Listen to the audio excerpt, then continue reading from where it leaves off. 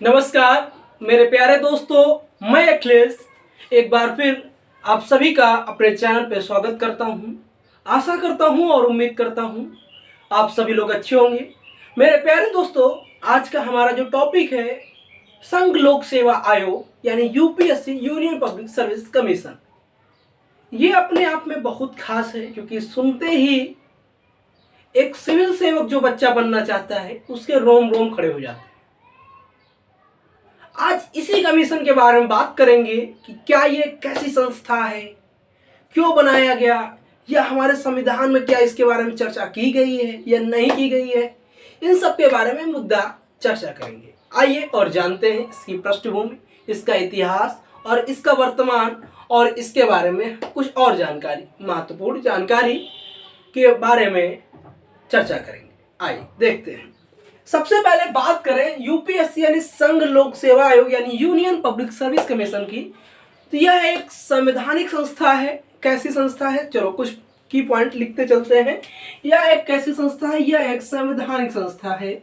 पहला basic concept clear करते हैं। मान लो कोई बच्चा जो पहली बार देख रहा है वो समझ रहा है, तो उसको मैं बता दूं किसी भी चीज को संवैधानिक कब कहा जाएगा, जब वो हमारे संविधान में वर्णित हो, यानी पर्टिकुलर उसका कोई एक आर्टिकल हो या कोई एक भाग हो या एक कोई अनुसूची हो जिसके बारे में उसके बारे में चर्चा की गई है हमारे संविधान में, तो वो कैसे एक संस्था है, संवैधानिक संस्था है। ठीक है, अब समझ में आया। यानी कि जैसे ही हमने कहा कि जो यूपीएससी है एक संवैधानिक संस्था है, इसका मतलब तुम्हारे दिमाग में तुरंत क्लिक होना चाहिए कि नहीं, इसके बारे में जाहिर सी बात है कहीं ना कहीं पूरे संविधान में कुछ ना कुछ तो वर्णित किया गया, इसके बारे में चर्चा की गई, इसका अधिकार दिया गया, कुछ तो बात की गई है। अगर ऐसी बात है तो चलिए देखते हैं। अब मैंने कहा संवैधानिक संस्था है तो जाहिर सी बात इसका कुछ भाग होगा, तो ये भाग 14 के अंतर्गत आती है। कौन से भाग भैया? भाग 14 के अंतर्गत आती है। ठीक है, भाग 14 के अंतर्गत आती है। अब बात करें अनुच्छेद, तो अनुच्छेद 315 से लेकर अनुच्छेद 300 कब से भैया? अनुच्छेद 315 से लेकर भैया कहां तक है? अनुच्छेद 315 से लेकर 323 तक में इसके बारे में चर्चा किया गया कि इसका कार्यकाल क्या होगा, कौन नियुक्ति करेगा, ठीक है, और कितने समय तक कार्यकाल होगा, कैसा निकासन किया जाएगा, कैसे इसमें व्यक्ति को लाया जाएगा, इन सब के बारे में चर्चा की गई है। खैर, ये जब मैंने पढ़ाया था अमेंडमेंट की सीरीज के बाद, मैंने बीच में ही आर्टिकल की सीरीज शुरू की थी, उसी में मैंने पढ़ाया था, तो आर्टिकल हम नहीं समझाएंगे इसमें, बस मैं इसमें बेसिक स्ट्रक्चर आपको समझाऊंगा, इतिहास समझाऊंगा, और एक थ्योरी के माध्यम से जो तुम्हारे बेसिक होते हैं उनको मैं कंप्लीट करते हुए एक स्टैंडर्ड लेवल तक लेकर चलूंगा। एनसीईआरटी से लेकर एम लक्ष्मीकांत तक की मैं सफर कराऊंगा इसमें। इसी क्रम में मैं शुरुआत से पहली क्लास से आज तक कर रहा हूँ, उसी तरीके से। तो बात करें अगर हम यूपीएससी यानी संघ लोक सेवा आयोग की संरचना की बात करें, तो हम सीधी सी भाषा में कह सकते हैं यह एक संवैधानिक संस्था है, यह एक स्वतंत्र संस्था है। ठीक है, जिसका कार्य क्या है भारत में, कार्य, अच्छा कार्य यहाँ पे तो समझाएंगे अभी। ठीक है, हाँ, यह एक संवैधानिक संस्था है जो संविधान के भाग 14 के अंतर्गत वर्णित किया गया है, जो अनुच्छेद प्राय 315 से 323 के बीच में बताया गया है। इतनी बात समझ में तो संरचना तो पता चल गई। अब बात करते हैं संरचना के साथ साथ, तो देखें जो यूनियन संघ लोक सेवा आयोग है, इसके जो सदस्यों की नियुक्ति होती है वो कौन करता है? भारत का राष्ट्रपति करता है। सदस्यों की नियुक्ति भैया कौन करता है? भारत का राष्ट्रपति करते हैं, यानी प्रेसिडेंट ऑफ इंडिया। मैंने कई बार आप सभी को बताया कि सीधा सा कॉन्सेप्ट रखो, जब किसी भी चीज के लास्ट में ऑफ इंडिया लग जाए तो मोस्टली चांसेस क्या होते हैं, 99% प्रोबेबिलिटी क्या होती है कि वहां पे उसकी नियुक्ति कौन करता है? भारत के राष्ट्रपति करता है। लाइक एग्जांपल ले लो, लाइक एग्जांपल ये है कि मैंने कहा यूनियन पब्लिक सर्विस कमीशन यानी संघ लोक सेवा आयोग, इसका तो हो गया, चलिए ठीक है। लेकिन और कोई एग्जांपल ले ले कि मान लो कि गवर्नर की, तो गवर्नर की नियुक्ति कौन करता है?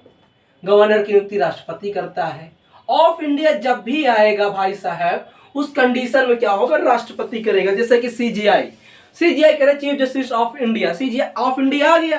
अब जैसे ही ऑफ इंडिया आया, देखो ऐसे समझो, सीजेआई यानी चीफ जस्टिस ऑफ इंडिया, यानी जब ऑफ इंडिया लगा तो कौन नियुक्ति कर रहा है, यानी भारत का राष्ट्रपति कर रहा है। यानी इन सभी संस्थानों में मोस्ट प्रोबेबली क्या होता है कि भारत का राष्ट्रपति उनकी नियुक्ति करता है।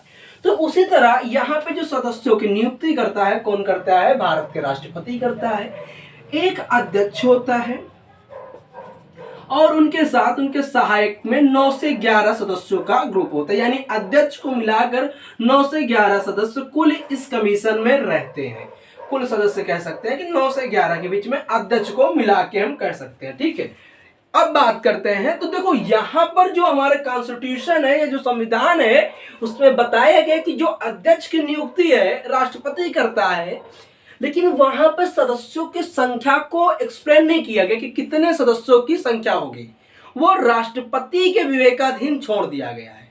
वो किसके, राष्ट्रपति के विवेकाधीन छोड़ देगी या अपने आवश्यकता अनुसार इनको छोड़ दिया गया। ठीक है, अब दूसरी बात ये भी बताई गई है कि जो इनकी योग्यता है इसके बारे में चर्चा नहीं की गई कि इतनी एलिजिबिलिटी होगी तभी आपको रखा जाएगा।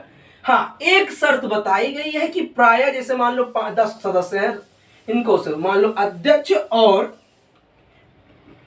एक हो गया और 9 अन्य सदस्य हो गए, यानी 10 सदस्य इस समय कार्य कर रहे हैं। लाइक एग्जांपल ले रहा हूं, अगर 10 सदस्य कार्य कर रहे हैं तो इनमें से बताया गया कि 50% यानी आधे से ज्यादा कर लो, 50% प्लस 1 या आधे से ज्यादा। अगर आम भाषा में क्या है, अगर 10 सदस्य कार्य कर रहे हैं तो 6 सदस्य ऐसे हो जो कहीं ना कहीं 10 वर्ष तक भारत सरकार में कहीं ना कहीं सेवा दे चुके हों, अपनी एक सेवा दे चुके हों, तो कहीं ना कहीं वो सरकार से संबंधित कार्यों में हस्तक्षेप कर रहे हों पहले से ही। ठीक है, वो आपस में सरकार के साथ कार्य कर रहे हों पिछले 10 सालों में, यानी पिछले 10 सालों में, पहले 10 सालों में कहीं ना कहीं दे चुके, यानी 10 वर्षों तक बस बताया गया। ठीक है, वो रिसेंटली पिछले 10 साल हो सकते हैं, पहले 10 साल हो सकते हैं, कभी ना कभी। ठीक है, तो उस आधार में 6 सदस्यों की नियुक्ति की जाएगी। ठीक है, तो इस तरीके से यहाँ पे सदस्यों के बारे में चर्चा की गई। तो बेसिक कॉन्सेप्ट समझा कि जो राष्ट्रपति होता है वो यूपीएससी के चेयरमैन की नियुक्ति करता है। उसमें सदस्यों के बारे में चर्चा नहीं की गई। प्राय 9 से 10 सदस्य होते हैं, अध्यक्ष को मिला के 9 से 11 भी हो सकते, 9 से 11 सदस्य अध्यक्ष को मिला के हो जाते हैं। ठीक है, अब उसके बाद मैंने कहा कि इनकी योग्यता क्या, तो कोई योग्यता के बारे में चर्चा नहीं की गई, बस इतना बताया गया आधे से अधिक जो सदस्य हों प्राय वो 10 साल तक सरकार के कार्यों में हस्तक्षेप मतलब अपने कर रहे हो, यानी हस्तक्षेप मतलब रुकावटें नहीं, सरकार के कार्यों के साथ या उनके सरकार के साथ कहीं कार्य कर रहे हो। बस बात समझ में आई। एक कैसे, एक प्रशासनिक तौर पे कार्य कर रहे हो, एक अधिकारी के तौर पे किसी भी तरीके से कार्य करो, यानी सरकारी ऑफिसर की रैंक में हो। अब बात करते हैं कार्यकाल क्या है। तो इनके सदस्यों को जो कार्यकाल है प्राय 6 या तो 65 वर्ष है, जो भी पहले हो जाए, 6 या तो 65 वर्ष, यानी जो भी पहले हो जाए वो कार्यकाल। यानी यूपीएससी के जो चेयरमैन है या उनके जो सदस्य हैं उनका कार्यकाल कितना है, 6 वर्ष या तो भी 65 वर्ष, जो भी पहले हो जाए। 65 है भैया, 63 में समझ लेना। ठीक है, 65 वर्ष जो भी पहले हो जाए। ठीक है भैया, इतनी बात समझ में आई। ठीक है, जो भी पहले हो जाए, इतनी बात समझ में। अब बात करें निकासन की, तो सीधी सी बात है, यहाँ पे जो सदस्यों का निकासन होगा वो कैसे होगा। तो यहाँ पे जो सदस्यों का निकासन होगा, या तो पागल हो जाए या दिवालिया हो जाए या किसी भ्रष्टाचार में लिप्त हो जाए, ऐसी जब तमाम गतिविधियां हो जाती हैं तो उन आधार पर क्या उनको निकासन किया जा सकता है। अच्छा, निकासन में कई बार क्या होता है, या बर्खास्त। निकासन और बर्खास्त में अंतर क्या है, कोई बताएगा। तो बेसिकली क्या होता है, ये एक ही चीज होती है। ठीक है, जब किसी भी मान लो व्यक्ति को कभी कभी क्या होता है, बर्खास्त करने का नंबर आ जाता है, यानी कि उनको बहुत ज्यादा लिप्त होते हैं, कार्यकाल पूरा नहीं हो रहा है फिर भी भ्रष्टाचार में लिप्त है, तो बर्खास्त होने की कंडीशन में आते हैं। तो उसमें क्या होता है, उच्चतम न्यायालय हस्तक्षेप करता है। जब उच्चतम न्यायालय हस्तक्षेप करता है तो उस बार अगर उच्चतम न्यायालय ने कह दिया कि नहीं, जो इन्होंने कृत्य किया है बहुत ही निराशाजनक है या बहुत ही असहनीय है, इस अवस्था में इनको निकासन किया जाएगा, तो उस अवस्था में राष्ट्रपति बाध्य हो जाएगा इनको निकासन करने के लिए। ठीक है, इतनी बात समझ में आई, इनको बाध्य हो जाएगा निकासन करने के लिए। इतनी बात समझ में आई। चलिए अगर इतनी बात समझ में, तो एक और अंतिम हेडिंग बची है, कार्य। अब यूपीएससी जो चेयरमैन है ये कार्य क्या करते हैं, तो सीधी सी बात हम आम भाषा में कहें तो ये जो भारत की अखिल भारतीय सेवाएं हैं, अखिल भारतीय सेवाएं,